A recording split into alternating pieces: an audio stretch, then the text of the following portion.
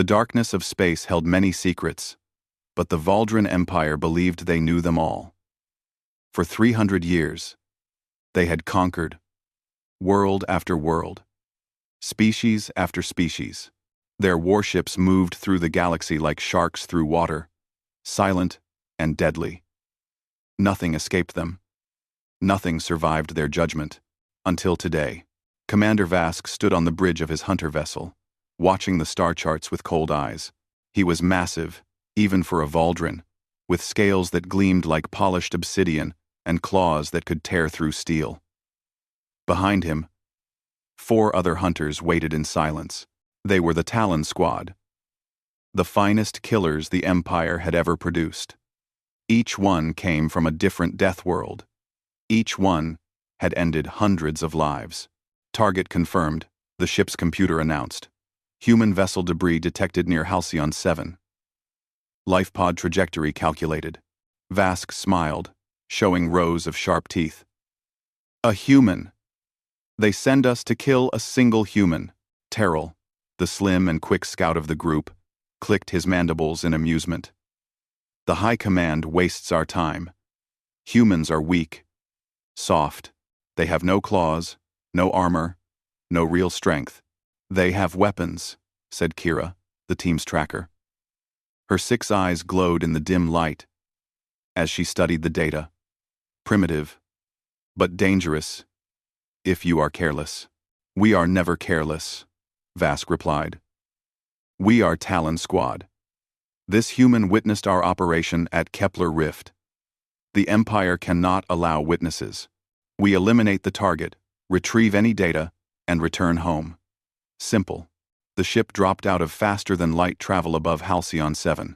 The moon hung in space like a blue-white pearl, its surface covered in crystalline formations that caught and reflected the light of its parent star. Sensors swept across the surface, searching for any sign of life. There. Kira pointed at the display. Crash site located. Human escape pod, heavily damaged. Landed 3 days ago, near the northern crystal fields. Vask studied the location. The crystal fields were a maze of caves and tunnels, formed by millions of years of geological activity. The crystals interfered with sensors, made tracking difficult, but that would not save the human. Deploy landing pattern Delta, Vask ordered. Surround the crash site. The human cannot have traveled far in 3 days. Probably injured. Probably dying. 8. The hunter vessel descended through the thin atmosphere. Halcyon 7 had breathable air, low gravity, and stable temperature. An easy environment for a hunt. The ship touched down 5 kilometers from the crash site, its engines kicking up clouds of crystal dust that sparkled in the light. The 5 hunters emerged from the ship, checking their weapons and equipment. Each carried energy weapons, personal shields, enhanced sensors, and communication devices. They wore light armor that could stop most projectile weapons. They had thermal imaging, motion detectors, and chemical sniffers. Against all of this, the human had nothing. Spread out, Vask commanded. Kira, take point. Find the trail. Terrell, circle wide, and cut off any escape routes. The rest, standard hunting formation. Kill on sight. They moved into the crystal fields with practiced efficiency. The crystals rose from the ground like frozen flames, some as tall as buildings, others small as fingers. They created a landscape of sharp edges and reflected light, beautiful and deadly. The hunters moved through it like ghosts, their training making them nearly invisible. Kira found the crash site within an hour. The escape pod lay broken and torn, half buried in crystal debris. Its emergency beacon was silent, its systems dead. She approached carefully, weapon ready, but the pod was empty. No body, she reported. No blood. The human survived the crash. Find the trail, Vask ordered. Kira activated her sensors, searching for heat signatures, disturbed ground, broken crystals. She found footprints leading away from the pod, heading deeper into the crystal maze. Human boots, Standard Earth military issue. The stride was even, not limping. The human was not injured. Trail leads northeast, Kira said. Into the deep tunnels. Vask considered this. The tunnels would make tracking harder, but they would also trap the human. No escape routes. No way out except back toward the hunters. The human was cornered, and did not even know it. Follow, he commanded. They moved into the tunnels, their enhanced vision cutting through the darkness. The crystals here grew in strange patterns, creating walls and corridors that twisted and turned. Their sensors began to malfunction, the crystals interfering with the signals. But they had the trail, and that was enough. 3 hours into the hunt, Terrell found something strange. A piece of equipment, human-made, sitting on a crystal shelf. It was a datapad, cracked and damaged. Contact, Terrell reported. Human device. Appears abandoned. Bring it, Vask ordered. The Empire wants all data retrieved. Terrell reached for the datapad. He never saw the trap. The crystal shelf was balanced on a single weak point, and when he touched the device, it shifted. The entire wall came down. Tons of crystalline rock falling in a thunderous cascade. Terrell had time to scream once before he was crushed beneath the weight. The other hunters rushed to the site, but it was too late. Terrell was dead, his body broken beneath the crystals. Vask stared at the scene, his mind refusing to accept what he saw. A trap. A simply primitive trap. Impossible, Kira whispered.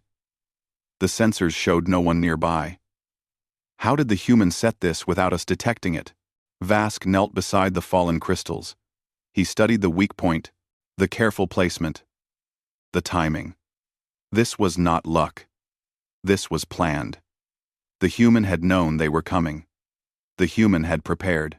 Pull back to the ship, Vask ordered. But when they tried to contact the ship, there was only silence. The communication channels were dead, blocked by some kind of interference. Vask switched to emergency frequencies, backup systems, everything. Nothing worked. The crystals, Kira said slowly. They interfere with our sensors. The human is using them to block our communications. Then we return on foot, Vask decided. 5 kilometers, easy march. We leave this place and call for orbital support. They moved back toward the surface, moving faster now. Their confidence shaken.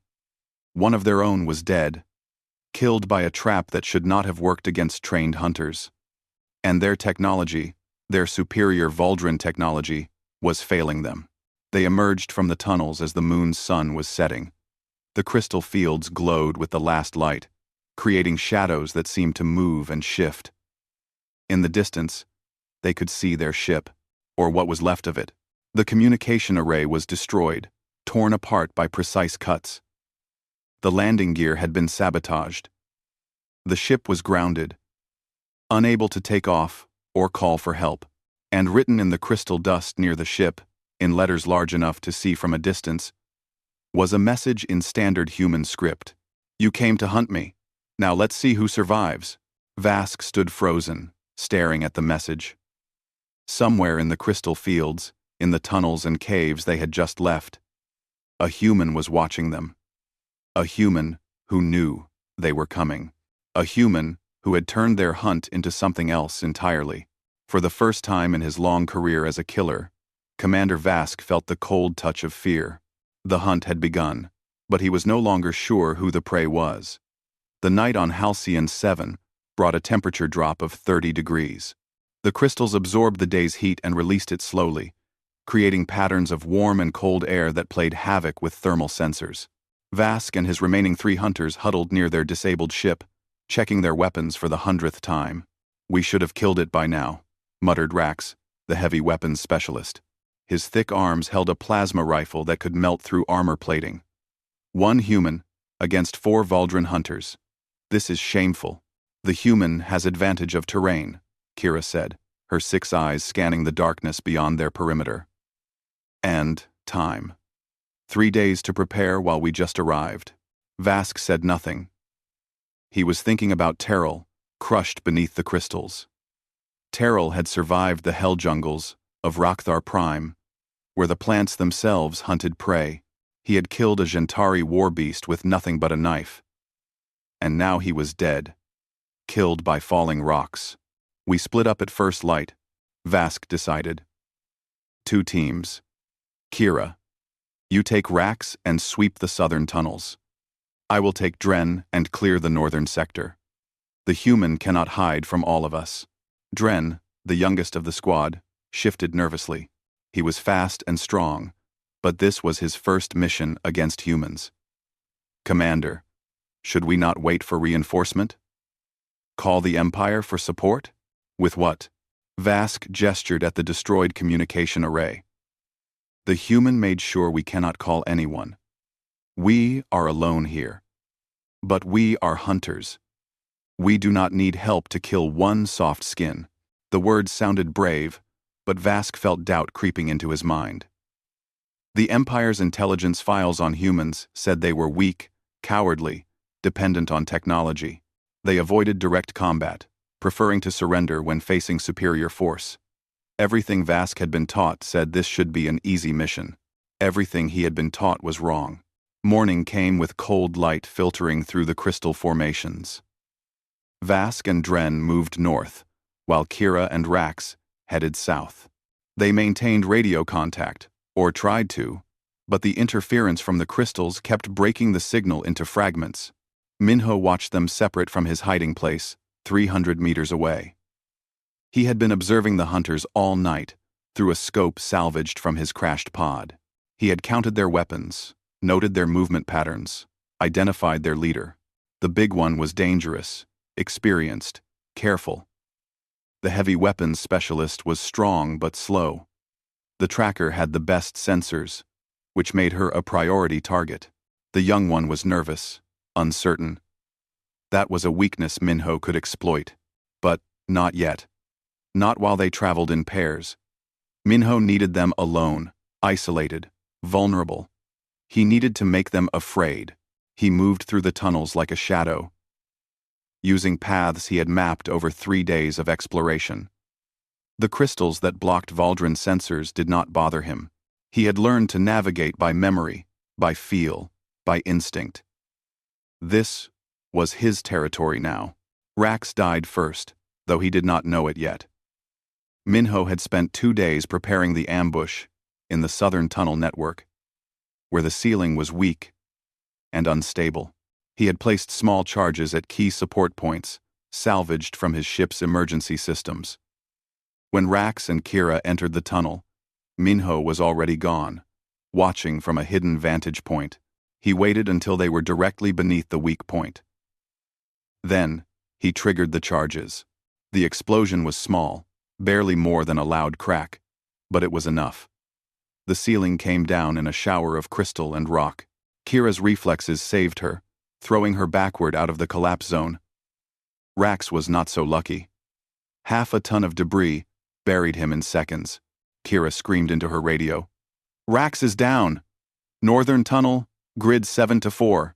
The human is here, but Minho was not there. He was already moving, heading toward Vask's position, knowing the commander would rush to help his fallen teammate. Knowing this would leave the young one alone. Dren heard Kira's scream and froze. Vask grabbed his arm and pulled him forward. Stay close, Vask ordered. We go to Kira. They ran through the crystal maze, weapons ready, searching every shadow. Behind them, Minho emerged from a side tunnel and followed at a distance. He moved quietly, a skill learned in 100 combat zones on Earth and beyond. The Valdrin had enhanced hearing, but Minho knew how to step softly. Vask and Dren reached the collapse site to find Kira digging frantically at the rubble. Rax's hand protruded from the debris, not moving. The heavy weapons specialist was dead, crushed like Terrell before him. Where is the human? Vask demanded. I do not know. Kira's voice was high with stress. The charges detonated remotely. He could be anywhere. AT-4 ode. Round.er please 13. AT-4 Vask's tactical mind raced. 2 hunters dead. Both killed by traps. Not direct combat. The human was avoiding them, using the environment as a weapon. This was guerrilla warfare, not honorable combat. This was... A gunshot echoed through the tunnels, impossibly loud in the confined space. Dren jerked and fell. A hole punched through his chest armor. The shot had come from behind them, from the tunnel they had just left. Vask and Kira spun around, weapons raised, firing blindly into the darkness. Energy bolts splashed against crystal walls, creating bursts of light and heat. But there was no target, no movement, nothing. "Show yourself," Vask roared. "Fight with honor." Silence. Then, from somewhere in the maze of tunnels, a voice. Human. Male. Calm. "Honor?" The word echoed strangely off the crystals. "You came to my solar system. You attacked my ship. You killed my crew. Now you talk about honor?" Vask tried to track the voice, but the crystals scattered the sound, making it seem to come from everywhere at once. "I am Minho," the voice continued. "Lieutenant Minho, Earth Defense Force, Scout Division. My crew was on a peaceful survey mission. You murdered them. Every single one. The Empire has declared humans a threat," Vask replied, stalling for time while Kira tried to triangulate the sound source. "We were following orders." "So was I," Minho said. "My orders were to explore and report. Your orders were to murder. Now my new orders are simple. Survive. And make you pay." Another gunshot. Kira's shoulder exploded in a spray of blood and chitin. She screamed and dropped her weapon, falling to her knees. Vask grabbed her and pulled her behind a crystal formation, using it as cover. "Kinetic weapons," Kira gasped through her pain. "Our shields do not stop them." "How did we not know?" Vask knew. The Empire's intelligence was based on human civilian technology, not military. They had assumed humans only used energy weapons, like every other civilized species. But humans were not civilized by Valdran standards. They still used bullets, explosives, primitive chemical propellants. And those primitive weapons were killing his team. "Can you move?" Vask asked Kira. "Yes, slowly. Then we go back to the ship. Now." They retreated, moving carefully from cover to cover, expecting another shot at any moment. But Minho let them go. He had made his point. 3 hunters dead, 1 wounded. Vask was alone now, and he knew it. They reached the ship as the moon's sun was setting again. Kira's wound was bad, bleeding heavily. Vask sealed it with emergency foam, but she needed real medical attention. She needed an Empire hospital ship. They had no way to call one. That night, Vask stood guard while Kira rested fitfully. He thought about his career, his hundreds of successful hunts, his reputation as an unstoppable killer. All of it meant nothing here. He had been outmaneuvered by a single human using simple tactics and primitive weapons. Somewhere in the darkness, Minho was watching, waiting, planning his next move. Vask gripped his weapon tighter and stared into the crystal fields. For the first time in his life, he understood what it meant to be prey. 3 days had passed since Dren's death. 3 days of hiding near the ship, rationing supplies, watching the crystal fields for any sign of movement. Kira's wound was infected despite the emergency treatment. She was feverish, barely conscious, and Vask knew she would die without proper medical care. He had tried everything to repair the communication array. The damage was too extensive, too precise. The human had known exactly where to cut, which systems to destroy. This was not random sabotage. This was planned by someone who understood Valdran technology. Impossible, Vask thought. But everything about this mission was impossible. He sat beside Kira, checking her vitals with his scanner. Her heartbeat was weak, irregular. She would last maybe 2 more days. After that, Vask would be completely alone. Commander, Kira whispered, her eyes unfocused. Leave me. Take the emergency beacon. Walk to the mining colony on the southern continent. Get help. The colony is 3,000 kilometers away, Vask said. Through hostile terrain. It would take weeks. Better than dying here. Vask considered it. But leaving Kira meant abandoning her to die alone. And the human was still out there. Watching. Waiting. Walking 3,000 kilometers while being hunted was suicide. We stay together, Vask decided. If I can repair enough of the ship to get airborne, even just into orbit, the Empire will detect us. It was a slim hope, but it was all they had. Minho watched the two hunters from his observation post, a crystal outcropping that gave him a perfect view of their ship. He had been tracking them constantly, noting their routines, their weaknesses, their desperation. The tracker was dying. The commander was exhausted. Part of Minho felt something almost like pity. They were soldiers following orders, just like he had been. But then, he remembered his crew, remembered their deaths at Kepler Rift, remembered how the Valdrin had fired on an unarmed survey vessel without warning, without mercy. His pity died as quickly as it had appeared. He had spent the last 3 days preparing his final trap. The ship was the key.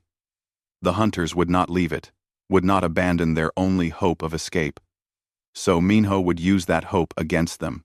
He had moved carefully, setting up equipment salvaged from his own crashed pod and from the bodies of the dead hunters.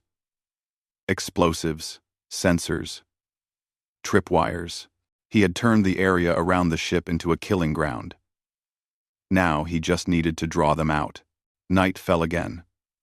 Minho moved closer to the ship, staying in the shadows, using the crystal formations as cover. He could see Vask through the open cargo hatch, working on some repair. The commander was focused, desperate, not watching his surroundings as carefully as he should. Minho picked up a fist-sized crystal chunk and threw it hard against the ship's hull. The sound rang out like a bell in the quiet night. Vask's head snapped up. He grabbed his weapon and moved to the hatch, scanning the darkness. Show yourself, human. Minho threw another rock, this time from a different angle. Vask spun toward the sound, firing his energy weapon blindly into the night. The bolts lit up the crystal fields, creating dancing shadows. Coward, Vask roared. Face me in open combat. Why? Minho's voice drifted out of the darkness, calm and cold. So you can use your superior strength? Your better weapons? No. I fight smart. Not fair. Vask fired again toward the voice, but Minho was already moving. He circled around the ship, staying low, using every bit of cover. He had done this before, in the war zones of Earth's turbulent past, hunting enemies who thought themselves superior. Your empire thinks humans are weak, Minho continued, his voice echoing strangely. Soft. Easy to kill. How many of you did they send? 5? How many are left? Vask said nothing, but his grip on his weapon tightened. 2. Minho answered his own question. And 1 is dying. I can smell the infection from here. It was a lie. Minho could not smell anything from this distance. But he knew enough about alien biology from his military training to guess. Wounds in low-gravity environments tended to heal poorly without proper care. Vask's expression confirmed the guess. The commander's scaled face twisted in rage and fear. What do you want? Vask demanded. To talk? To negotiate? I want you to understand something, Minho said. He was closer now. Close enough to see the exhaustion in Vask's posture, the tremor in his clawed hands. When you killed my crew, you made a mistake. Not a tactical mistake. A philosophical one. What mistake? Vask asked, still searching for Minho's position. You thought humans were prey. Minho's voice was right behind Vask now. The commander spun around, but too slow. Minho was already inside his reach. Moving with the trained efficiency of a special forces operative, he had a blade in his hand, taken from Terrell's body days ago. It was a Valdrin weapon, designed for Valdrin anatomy. Minho knew exactly where to strike. The blade went under Vask's arm, between the armor plates, into the soft tissue beneath. It was not a killing blow, but it was disabling. Vask roared in pain and swung his massive arm, trying to crush Minho with sheer strength. But Minho was not there. He had already rolled away, back into the darkness, the bloody blade still in his hand. Vask staggered, dropping his weapon, clutching the wound. Blood leaked between his claws, dark purple in the dim light. "You cannot win," Vask gasped. "Even if you kill us, the Empire will send more. Dozens. Hundreds. You cannot fight an entire empire." "Maybe not," Minho agreed from the shadows. "But I can fight you." Vask tried to reach his weapon, but his injured arm would not respond properly. He backed toward the ship's hatch, toward Kira, toward what little safety remained. "Last chance, Commander," Minho said. "The Empire has a tracking beacon in your ship. Yes? Standard protocol?" Vask hesitated, then nodded slowly. "Activate it," Minho ordered. "Emergency signal. Tell them what happened here. Tell them how one human killed your elite hunting squad. They will send an entire fleet," Vask warned. "Good. Let them come. Let them see what happens when they underestimate us." Vask stared into the darkness, where Minho's voice came from. He was a warrior. Had been his entire life. But he had never felt anything like this. Not fear of death. That was simple. This was fear of failure, of humiliation, of being remembered as the commander who lost everything to a single human. But he had no choice. He activated the emergency beacon with his good arm. The signal pulsed out into space, strong and clear, broadcasting his shame to the entire Empire. "It is done," Vask said. "Now crawl back to your ship," Minho commanded. "Take care of your dying soldier. Wait for your rescue. And think about this. I could have killed you both at any time. I let you live so you could send that message. Why?" Vask demanded. "Why humiliate us, instead of just killing us?" Minho was quiet for a moment. When he spoke again, his voice was harder, colder than before. "Because I want the Empire to know. Humans are not prey. We are not weak. We are survivors, fighters, hunters. You came to my territory. You killed my people. And I made you pay for every drop of their blood. When your fleet arrives, tell them this. If they want war with humanity, they will get it. But it will not be the easy war they expect. Every planet will be like this moon. Every human will be like me. We will make you bleed for every meter of ground." Vask limped back to the ship's hatch. He looked back once, searching the darkness for Minho's position. But there was nothing. The human had vanished like a ghost. Inside the ship, Kira stirred weakly. "Commander? What happened?" Vask slumped against the wall, holding his wounded arm. "We lost," he said quietly. "The human won." "Is it over?"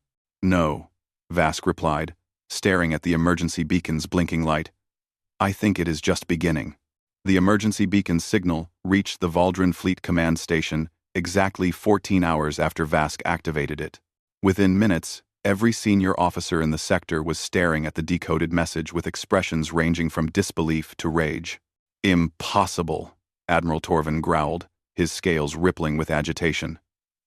5 elite hunters defeated by 1 human? Vask must be lying to cover his incompetence. "The beacon does not lie, Admiral," said Hana, standing calmly beside the tactical display. She was human, one of the few in the Empire's service. And her presence in the high command made many Valdrin uncomfortable. "The telemetry confirms casualties. 3 dead, 1 critically wounded, Vask himself injured." Hana studied the data with cool professional interest. She had left Earth 15 years ago, trading loyalty for power and position. The Empire had given her everything. Wealth, status, authority over species that once looked down on humans. She owed them nothing but results. How? Admiral Torvin demanded. Humans have no military worth mentioning. They are barely spacefaring. They should be easy prey. Clearly, our intelligence was incomplete, Hana replied.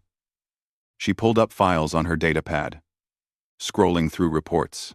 This particular human, Lieutenant Minho, has military background. Earth Special Forces, Counterinsurgency Specialist. Awarded multiple commendations for operations in difficult terrain. One soldier cannot defeat 5 Valdrin hunters, and yet he did. Hana met the Admiral's angry gaze without flinching. Sir, I recommend we approach this carefully. Send a diplomatic envoy first, assess the situation, then decide on military action. Diplomacy? Torvin's voice dripped with contempt. With prey? Never. I will send a proper force. 12 hunters, heavy weapons team, orbital support. We will crush this human and recover our people. Hana kept her expression neutral, but inside, she felt cold certainty. She knew humans better than any Valdrin ever could. She knew how they thought, how they fought, how they adapted. Minho had already proven himself dangerous. Sending more hunters would just give him more targets. As you wish, Admiral, she said. But recommend extreme caution. This human has had days to prepare. The terrain favors guerrilla tactics. Every advantage we normally have may work against us. Noted and dismissed. Torvin waved her concern away. Prepare Strike Team Vortex for immediate deployment. I want that moon secured within 48 hours. Strike Team Vortex was the Empire's response to serious threats. 12 of the deadliest warriors available, equipped with the latest weapons and armor. They had pacified rebel colonies, hunted down war criminals, executed political enemies. Against them, one human should have been nothing. Should have been. On Halcyon 7, Minho watched Vask's ship from a distance. The emergency beacon's signal was obvious even to his basic equipment. Help was coming. The question was, how much help? And how soon? He had no illusions about fighting an entire empire. He was one man with limited supplies and no support. But he had time, terrain knowledge, and most importantly, he had already proven that Valdrin hunters could die. Minho returned to his hidden base, a small cave system he had fortified over the past week. Inside were supplies salvaged from both crash sites, weapons taken from dead hunters, and crude but functional equipment he had built himself. He had water recycling, basic power, and enough food for another month if he rationed carefully. He also had a plan.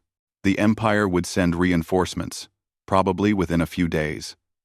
They would come in force, expecting to overwhelm him with numbers and firepower. They would land near Vask's ship, secure the area, then hunt for Minho systematically. So Minho would not be there.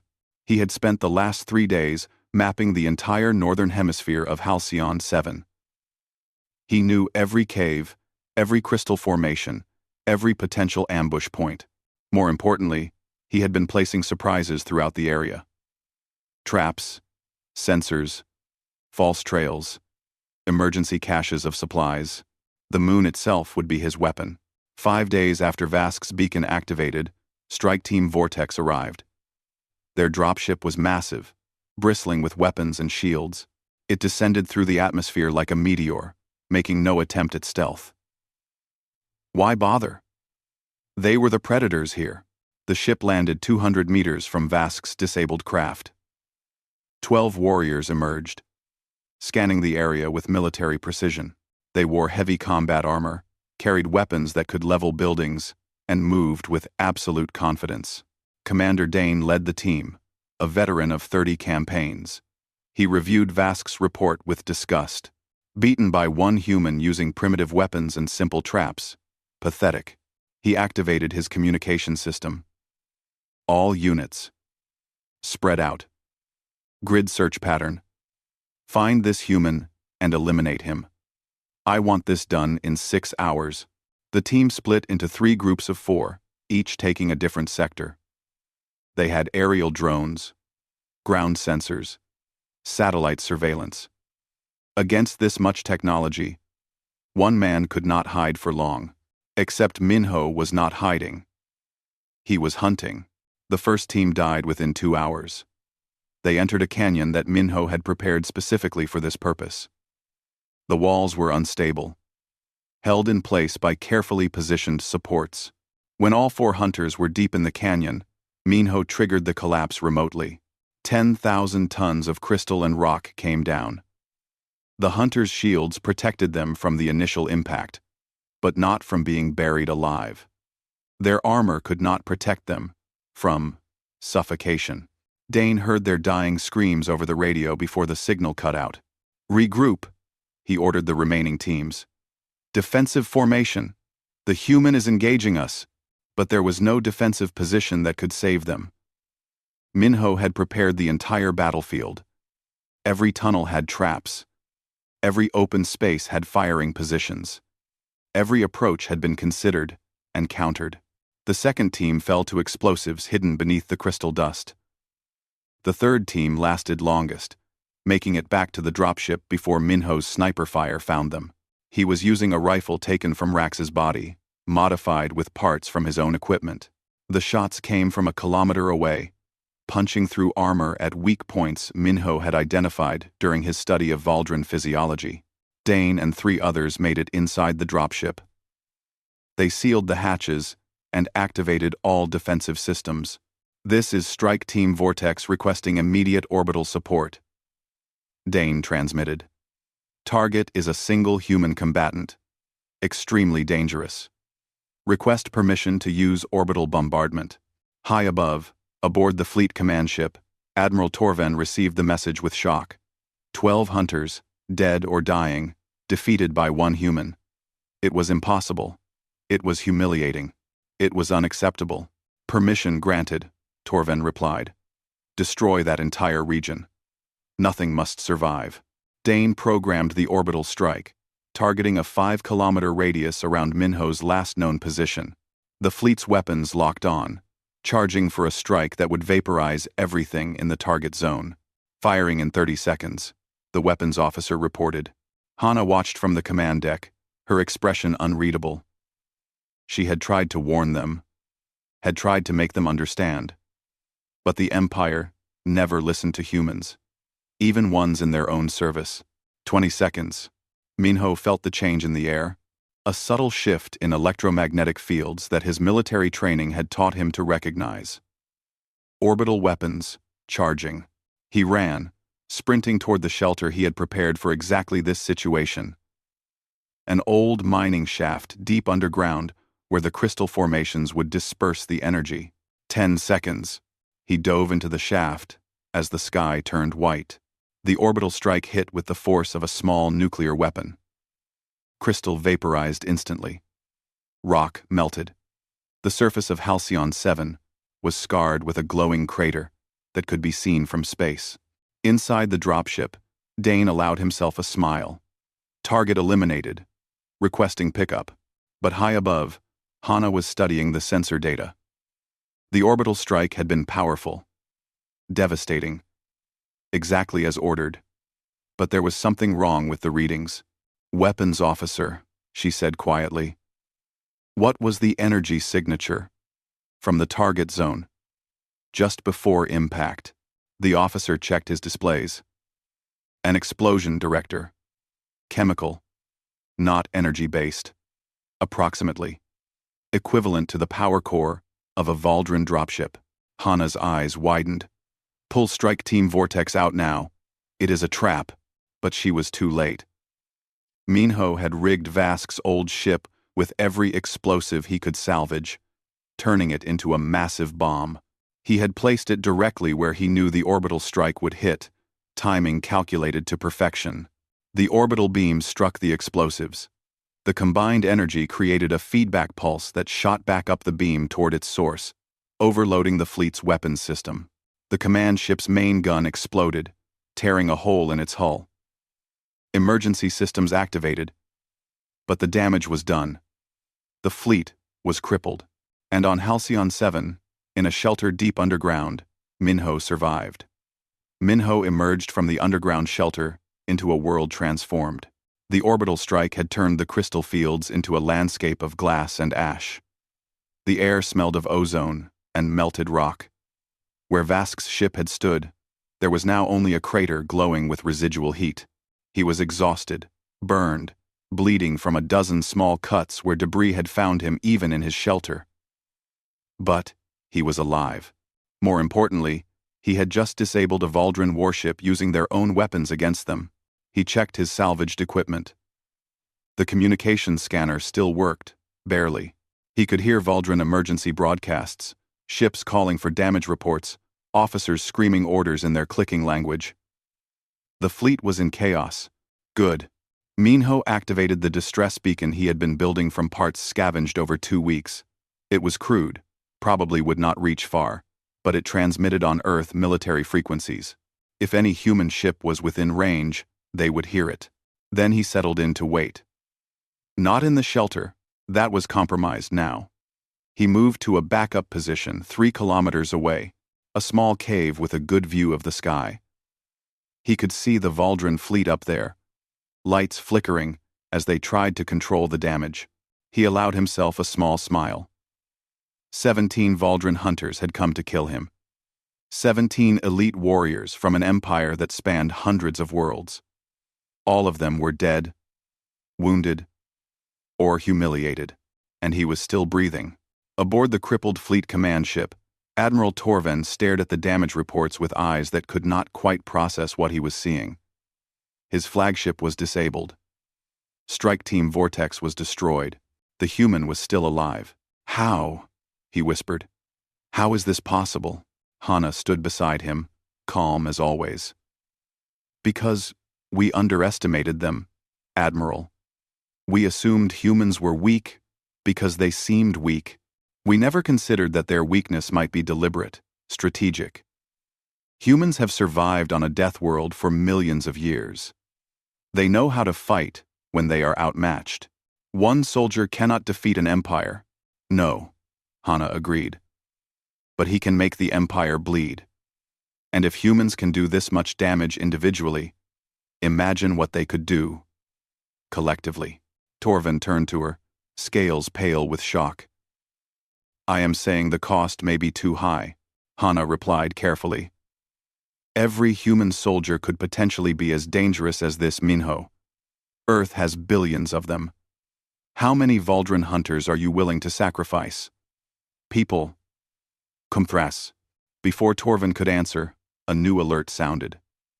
A ship had just dropped out of faster-than-light travel at the edge of the system. Human design, military configuration, weapons hot. They received the distress signal, Hana observed. The humans' reinforcements have arrived. The Earth Defense Force cruiser Defiant had been on patrol 3 systems away when it picked up Minho's beacon. Captain Yuna had immediately ordered maximum speed to investigate. Now her ship hung in space near Halcyon 7, scanning the damaged Valdrin fleet and the scarred moon below. Captain, we are picking up 1 human life sign on the surface, her sensor officer reported. And multiple Valdrin vessels in orbit. 1. Heavily damaged. Yuna studied the tactical display. A Valdrin fleet, crippled. Her ship was outnumbered, but the enemy was clearly in no condition to fight. Open a communication channel to the Valdrin commander. Admiral Torven's face appeared on the screen, scaled and alien. But his expression was universal.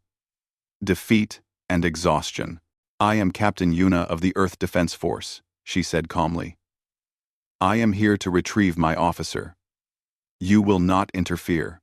Your officer has killed 17 Valdrin hunters, Torven replied. He must answer for these crimes. Your hunters came to kill him, Yuna shot back. He defended himself. Under Earth law and interstellar convention, that is not a crime. It is survival. Torven started to argue.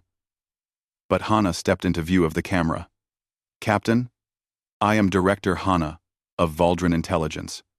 I recommend we negotiate a peaceful resolution to this incident.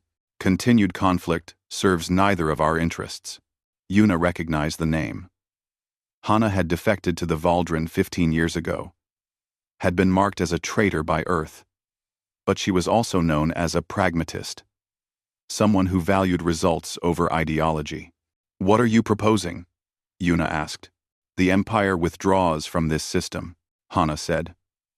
"We take our wounded and leave. You retrieve your officer. We classify this entire incident as an unfortunate misunderstanding and agree to avoid each other's territories in the future. And if I refuse?" Hana smiled without humor. "Then we fight, your ship against our fleet. You will probably win, given our damage. But even if you do, more Valdren ships will come. Then more human ships. We will stumble into a war that neither of us wanted, over 1 moon and 17 dead soldiers." Yuna considered this.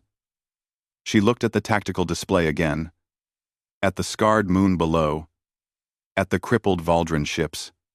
One human had done this much damage alone. What could humanity do if they were truly threatened? But war was not the answer. Not yet. "Agreed," Yuna said. "You have 12 hours to evacuate. After that, this system belongs to Earth." Torvin looked like he wanted to argue. But Hana placed a hand on his arm. "Agreed, Captain. We will leave immediately." The transmission ended. Yuna turned to her crew. "Prepare a shuttle. I am going down to get our man." Minho watched the human shuttle descend through the ash and smoke. It was the most beautiful thing he had seen in 2 weeks. He stood in the open, no longer hiding, no longer running. When the shuttle landed and the hatch opened, he saw a woman in Earth Defense Force uniform stepping out. "Lieutenant Mingyo?" Captain Yuna called. "Yes, ma'am." His voice was rough from disuse and smoke inhalation. Yuna walked toward him, taking in his appearance. He was covered in blood and dirt, wearing pieces of Valdren armor over his torn Earth uniform. His eyes were hard, distant, the eyes of someone who had seen too much. "You look like hell, Lieutenant," she said. "Feel worse, ma'am. Can you walk?" "Yes, ma'am." "Then let's go home." Minho followed her to the shuttle, but paused at the hatch. He looked back at Halcyon 7, at the crystal fields turned to glass, at the craters and scars that marked where 17 hunters had died. "Ma'am," he said quietly, "what happens now?" Yuna followed his gaze. "Now we tell Earth what happened here. We prepare. The Valdren Empire knows we exist now, knows we are dangerous. They will either leave us alone, or they will come in force. And if they come?" Yuna smiled, and it was not a pleasant expression. "Then we show them that you were not special, Lieutenant. You were not some unique warrior. You were just a regular human soldier doing what humans do best, surviving, adapting, and fighting back against impossible odds." As the shuttle lifted off, Minho watched Halcyon 7 shrink below him. Somewhere in orbit, the Valdren fleet was retreating, carrying Vask and Kira and the news of their defeat. That news would spread through the Empire like wildfire. 17 hunters sent to kill 1 human, all failed. It would make the Valdren cautious, fearful. It would make them think twice before attacking humanity. And if they did not learn that lesson, if they came again in greater numbers, they would find not 1 Minho, but millions. Every planet, every colony, every human settlement would be ready. Aboard the Defiant, Yuna escorted Minho to the medical bay. The doctors swarmed him immediately, checking his injuries, running tests. While they worked, Yuna stood nearby, reading the preliminary reports from the surface. The tactical analysis was clear. 1 human soldier, using primitive weapons and basic tactics, had defeated an elite alien hunting force and crippled a warship. The implications were staggering. Hana's shuttle reached the Valdren fleet just as they prepared to jump to faster-than-light speed. She went directly to Admiral Torvin's ready room, where the Admiral sat in brooding silence. "We must report this to the High Council," Torvin said. "But what do we tell them? That 1 human defeated our finest hunters? That we were forced to retreat? They will have our heads for this humiliation." "Tell them the truth," Hana replied. That humanity is more dangerous than we believed. That they should be reclassified from a Class 3 threat to Class 1 existential threat. That war with them would cost more than the Empire can afford. You speak as if you admire them, Torvin accused. Hana looked out the viewport at the retreating human ship. I understand them, Admiral. I am one of them, remember? And I know this. Humans do not forgive. They do not forget. If you start a war with Earth, it will be a war of extermination on both sides. No surrender. No negotiation. Only survival of the fittest. You think they could destroy the Empire? I think they would try, Hana said. And that attempt would cost millions of lives on both sides. Is that worth one moon? Is that worth pride? Torvin had no answer. The fleet jumped to faster than light speed, leaving Halcyon 7 behind. 6 months later, the Valdren High Council officially reclassified humanity as a Class 1 threat and established a strict no-contact zone around all Earth territories.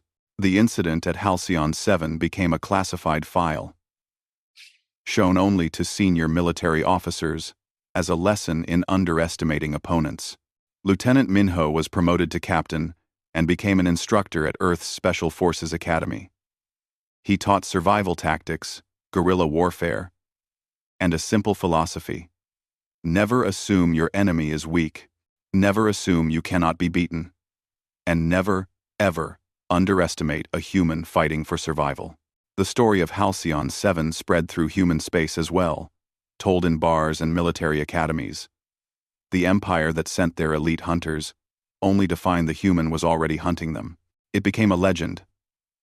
A reminder that humanity had earned its place among the stars, not through superior technology or greater numbers, but through sheer, stubborn refusal to die quietly. And somewhere in the galaxy, on 100 different worlds, other species heard the story and understood. Humans were not prey. They were survivors. They were fighters. They were hunters. And they were here to stay.